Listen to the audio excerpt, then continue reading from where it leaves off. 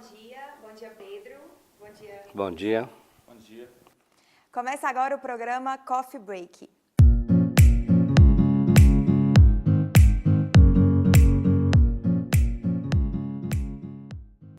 O trânsito e o transporte público são os maiores problemas de infraestrutura de Belo Horizonte, de acordo com a última pesquisa realizada pelo Sindicato Nacional de Arquitetura e Engenharia em 2013. Qual a solução para o trânsito de Belo Horizonte? Essa é a principal questão que abordaremos no programa. Aos 120 anos, Belo Horizonte ainda enfrenta problemas na mobilidade urbana. Excesso de veículos nas ruas, engarrafamentos e transportes públicos precários são alguns dos principais obstáculos. De que modo o planejamento urbano impacta em tudo isso?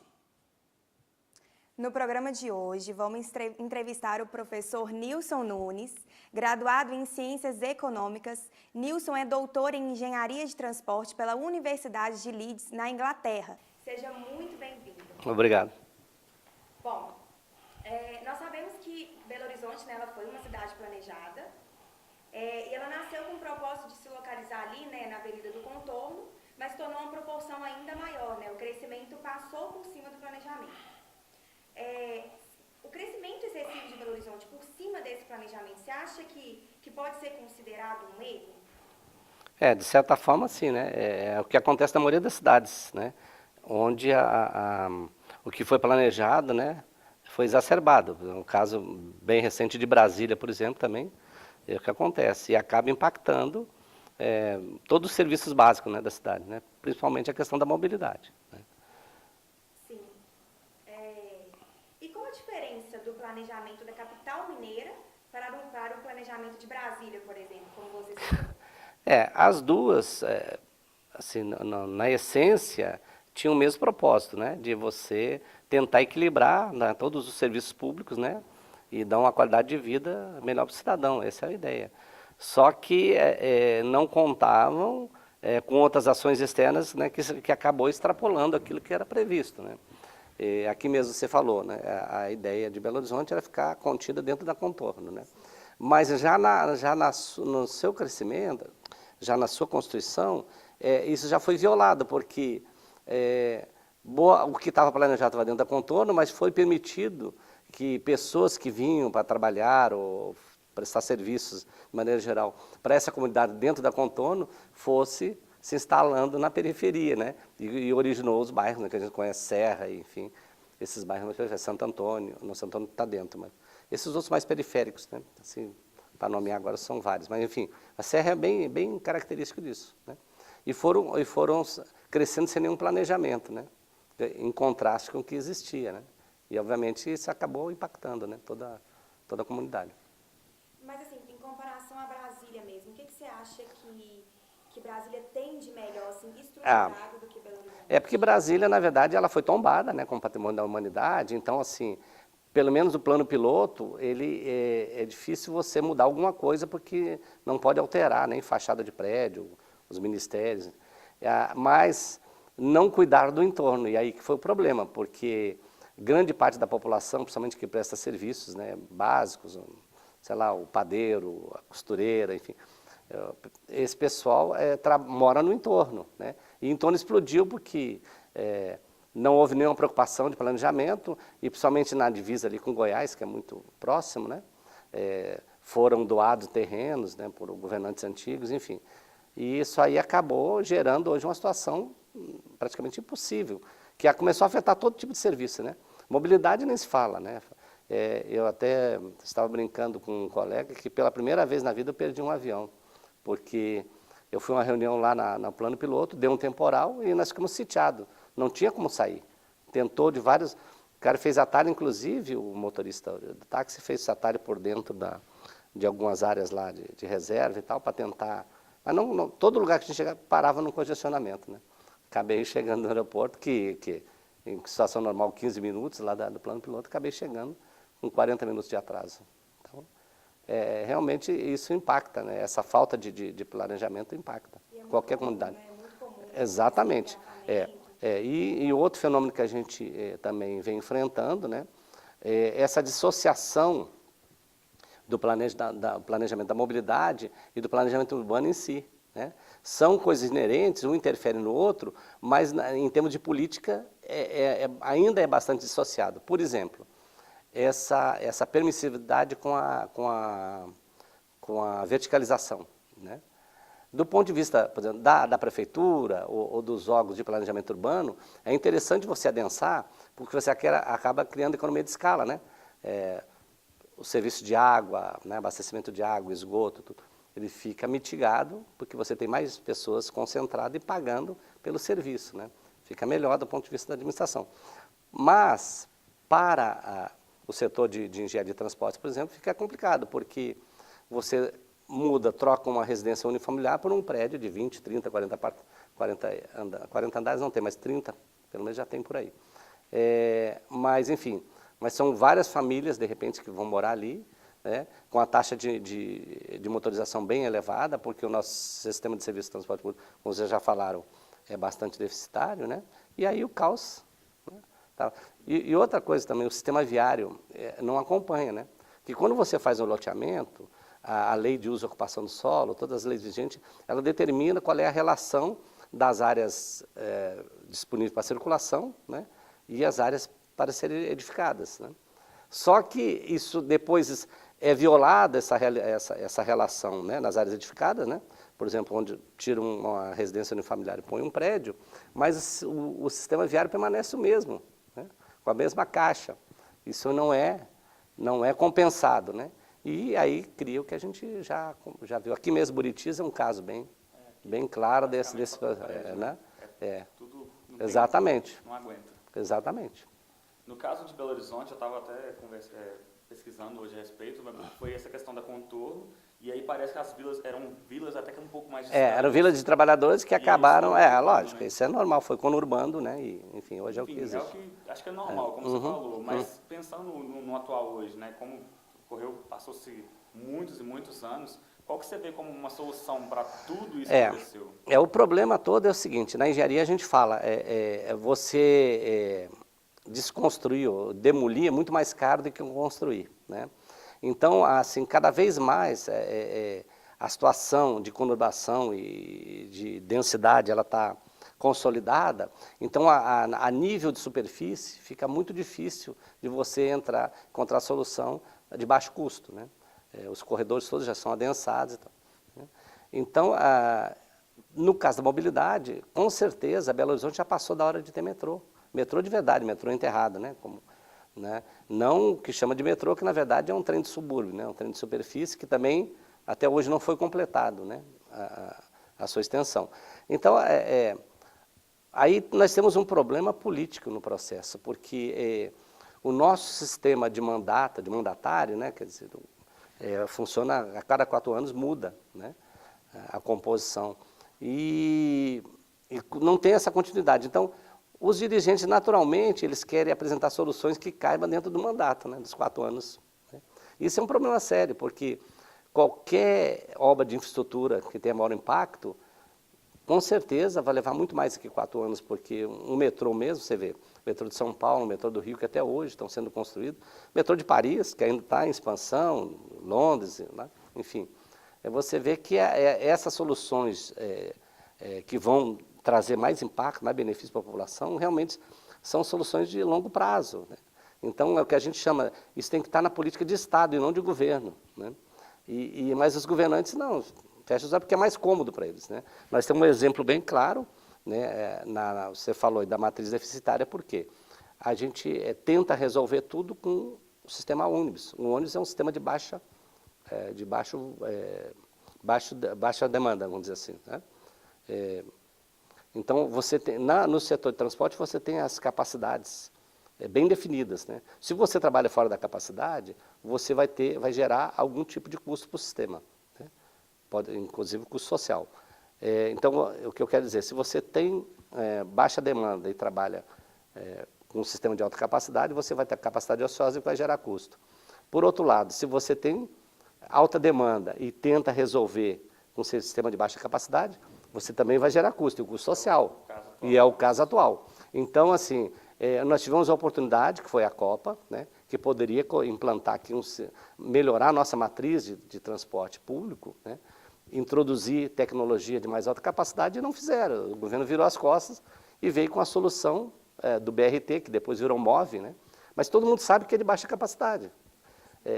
Tanto que, na época, eu fui um dos críticos, quando me perguntaram se o BRT ia resolver o problema da mobilidade. Eu disse não, porque hoje o corredor, no caso da Antônio Carlos, que eu citei, e da Cristiano Machado, eu falei, o corredor da Antônio Carlos, hoje tem, no ponto mais crítico, em torno de 50 mil passageiros por hora por direção, todos os modos, né? Você vai entrar com um modo de baixa capacidade, tipo aí, pode atender até 20 mil passageiros por hora por direção, numa condição razoável, né? Você não vai entender isso nunca. Então, aquela história, não, porque vamos tirar as pessoas dos veículos privados, vamos botar no BRT no MOVE, eles estavam rezando porque se não acontecesse, porque não tinha capacidade para isso.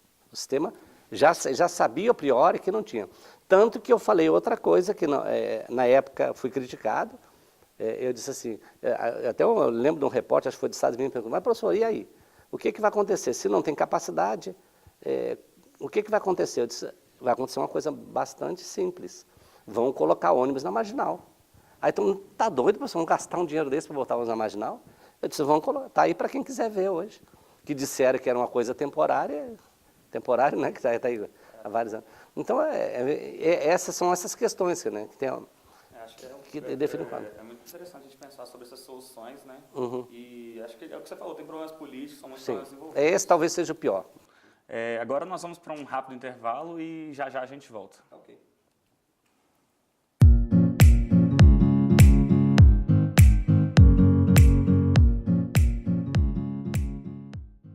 Estamos de volta, então, com o professor Nilson Nunes, né?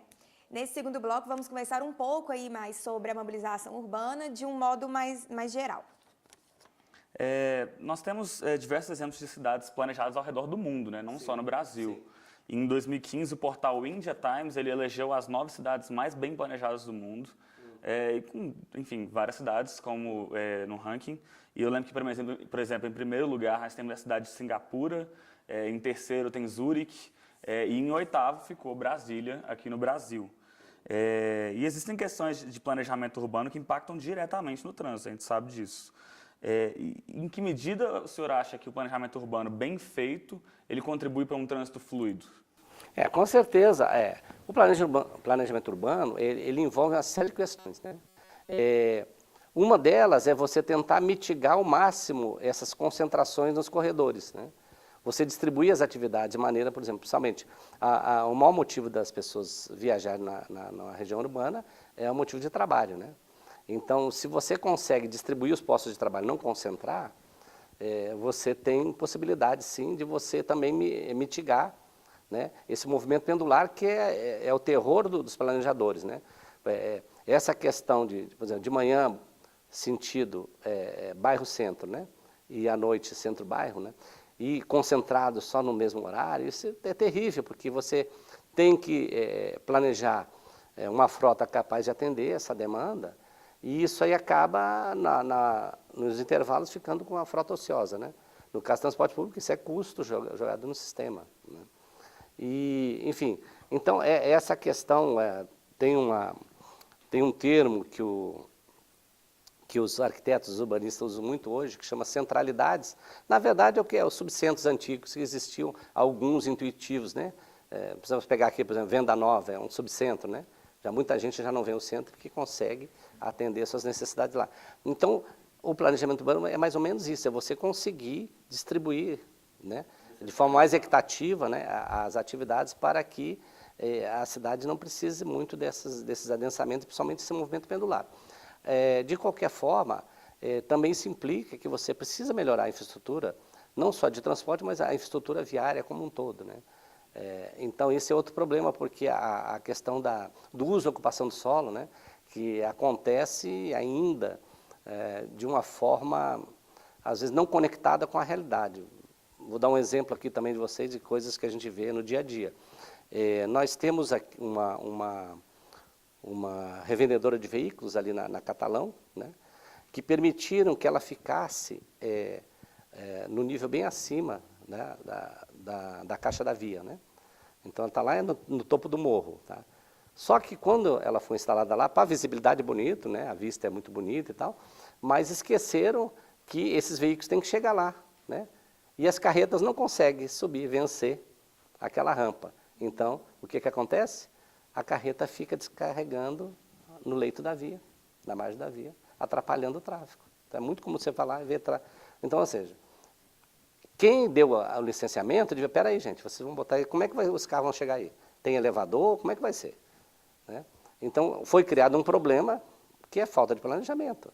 Né? Então, a gente vê muito isso, né? De repente, põe um supermercado no lugar que não deveria ser, ou um banco, e acaba atrapalhando, né, a circulação como um todo. Ainda existe isso. Né? Infelizmente, os órgãos da mesma administração às vezes, não se comunicam direito, entendeu? E geram esses problemas. Né? Então, essa questão do planejamento urbano é mais nesse sentido, de você realmente entender como é que é a dinâmica da localidade, da cidade, e tentar já se antecipar a esse tipo de problema. Então, basicamente é isso. A gente sabe que na maioria dos casos a gente tem cidades planejadas, como a gente acabou conversando sobre Brasília e Belo Horizonte, que tiveram seus problemas, mas a maioria das cidades nenhum planejamento tem, né? Elas surgem espontaneamente. É isso que eu estou falando, esse uso e ocupação do solo não é respeitado, fica a cargo do mercado imobiliário e obviamente que o mercado imobiliário, a tendência é tirar o máximo de proveito daquele espaço de pedaço de terra que tem, né? E se não houver uma gestão firme, acaba acontecendo isso, né? Essas questões que a gente vê, né? De loteamento irregular, né? Principalmente invasão, toda hora a gente vê. Aqui mesmo, no Anel, surgiu de repente do nada ali, uma favela na margem direita de quem vem. E aí, aí pergunta, poxa, mas por que o poder público não age? Aí a prefeitura diz, não, mas aquilo é área federal, não. O governo federal está lá preocupado com os problemas dele, não está preocupado aqui, né? Ou seja, a prefeitura devia coibir esse tipo de coisa, que depois, se quiser expandir aquela área, já não tem mais que estar ali, cheio de famílias, ocupando, né? Então, são coisas que vão acontecendo dia a dia, né? Enquanto a gente está falando aqui, está subindo prédio aí, e muitos irregulares, com certeza. Além da parte, né, desse planejamento, você acredita que há outros fatores que podem contribuir para a saúde do trânsito de uma cidade? Sim. Como eu já falei no início, respeitar as faixas de demanda, né, dos modos. Né? Então, o que isso prevê? A gente precisa estabelecer uma matriz equilibrada. Né? Tanto nas pontas para os transportes de baixa capacidade, mas que com a capilaridade pode mitigar o uso de outros veículos privados que a gente vê aí, por exemplo, que um veículo privado tem baixa densidade, normalmente a ocupação é 1,3, os estudos mostram. Né?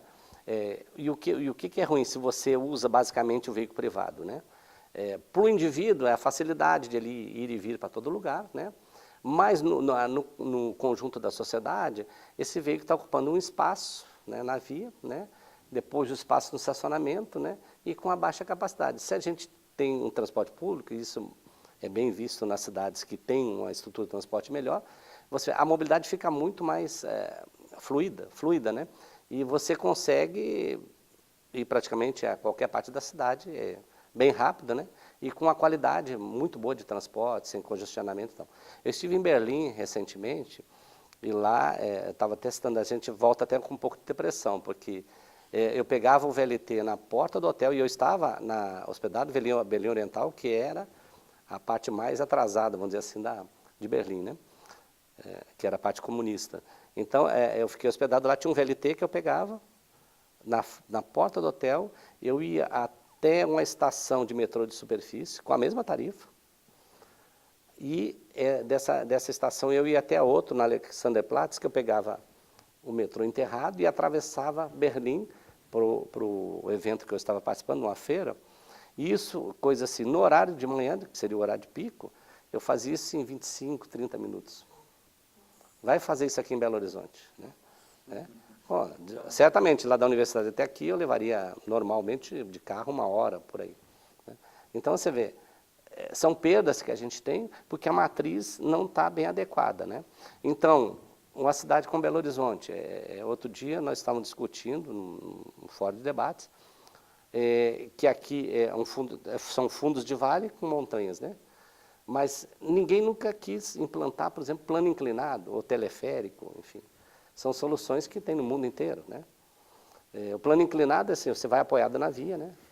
São veículos menores, mas que você pode botar uma frequência e, enfim, atender bem a população sem precisar a população pegar qualquer outro tipo de veículo motorizado para chegar ao centro da cidade, ou enfim, onde estão as atividades. Ao mesmo tempo, os veículos de alta capacidade, né? Quer dizer, até hoje fala em metrô, mas não sai do papel, né? Então, os dirigentes não se comprometem, né? Ao contrário, tem muitos que trabalham contra. Vem essa história, porque é caro. Eu falo assim, sim, já tem vários estudos apontando, inclusive São Paulo, qual é o custo social de você usar uma matriz equivocada, como essa, baseada só nos modos rodoviários, né? O custo é muito alto, né?